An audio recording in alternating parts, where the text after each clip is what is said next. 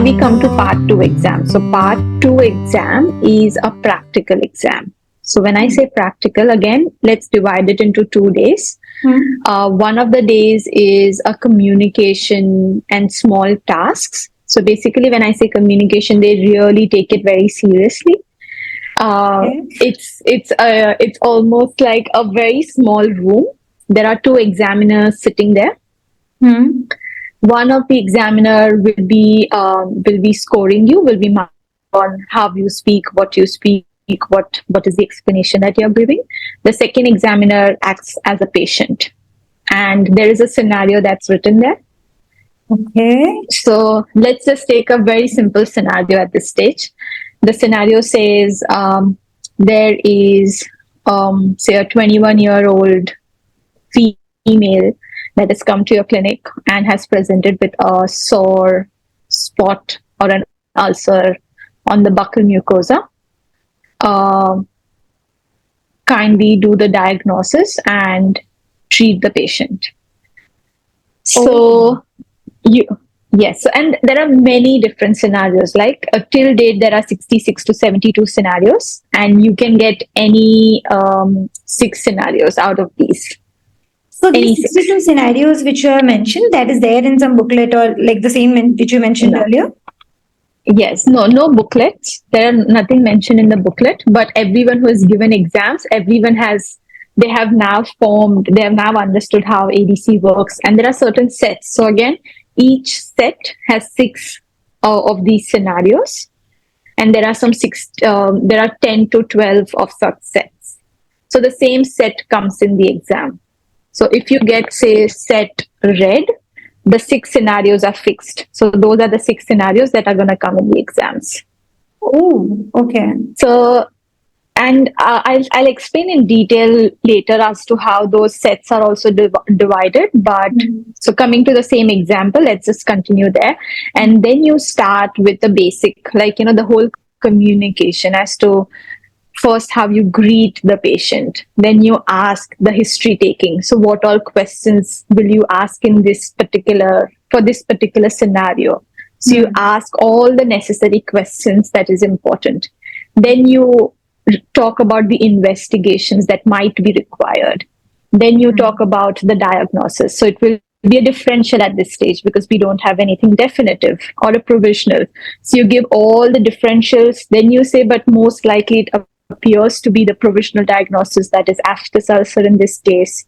What would be the treatment for that? And then you conclude it.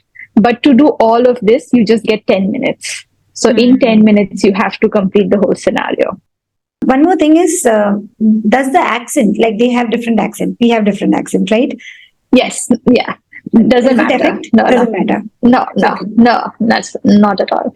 Even when probably I'm not sure, I don't have as much heavy an accent. I hope I don't, but sometimes when you talk to patients, you do develop a bit. But when I was giving my exams, it was a typical Indian English accent. I don't know if they understood or not, but they are very nice. Okay. It's easy. It's fine. Yeah. Okay, great. So that's good. So these 6 scenarios which you have told, in every scenario, it's like this, or like how is it? The 2 scenarios are like this, which you have told, right? Yes, so it's different. So again, each set is divided into 3 subsets, right? Okay. So the first 2 will be just the diagnosis part. So you just diagnose. They give you a scenario, they give you symptoms, and then you ask for signs, and then you come to a diagnosis. And then the investigations that are required. Okay. The second one would be, there is more information that is given. What they ask is, they ask you to diagnose and they ask you to manage the patient. So maybe the patient is going to be angry, the patient's going to be sad, the patient's upset, or things like that. The patient is in a lot of pain. Okay. So you manage that whole scenario. Then the third is treatment planning. So a lot more information is given. X-rays are given, everything's given, but you give a proper treatment plan for that particular scenario. So if it can be an endo consent, it can be an exo consent, it can be a patient who is really upset and has come with a swelling on face. So what's your treatment plan? Okay. Okay. So that So is what it contains. okay, so Dashi, like working in India, and let's suppose like the same example earlier, where I'm doing my Yes. internship over here. What we study in Yes. college is something really different from the scenarios which you have told, Absolutely. right? The kind of treatment plan, we don't Yes. know anything about it. Yes. So Yes. how can we get trained, or how, is there any coaching, sorry, which can Yes. help us in this? Yes. For part two, usually, um, not usually, like 100% of the times, people take coaching. You require, because it's part two is more about your practical. Like, it's not just your practical, it's like you need to be calm. You need to know what is right. You need to know what are the exact points that are required for you to clear the exams. So there is coaching that is definitely required, and there are multiple coaching centers. But the one that I had done was from Chandigarh in India itself. The name of the coaching center is ODA, Okay. and I think it is really good. Okay. It is very nice. So with me, what had happened was when I had come to India for my coaching. It India went under lockdown for because of Oh, COVID, so I couldn't get any coaching, and then I went on to an online coaching for the same because I had already paid money. There was nothing that could be done, so I went for online. Um, I learned everything online. We had all these communications. So the communication tasks are called OSCE. So the OSCE discussions, all of those was taught to us online. okay. And then when I came back to Australia, I had a small setup here at home. And most of the students will have their own setup at home. So when I say setup, it includes a mannequin, a proper typhodent. There is a mask. There is a drainage Oh. pipe from where the water comes So out. you get all these You have things and totally. yes, Ah, yes. okay. So it's almost like your small clinic in place. You Oh, have your own nice. compressor, your hand Oh, pieces, we have to everything, purchase all these everything. things. Not everyone does it. Okay. Not everyone does it, but most of the students do it because you need some practice at home. And I'll Hmm. also tell you why, right?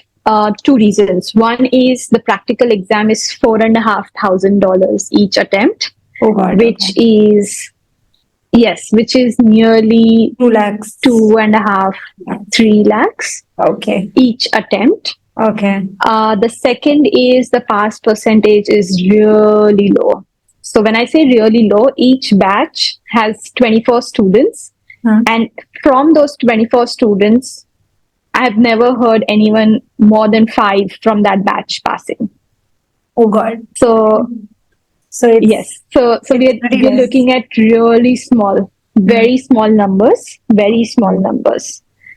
Uh, and they are very particular about infection control. So there are certain ways how things work in Australia with Okay. respect to infection control, and that is standard. And you need to know that for sure, Hmm. at least from the exam point of view.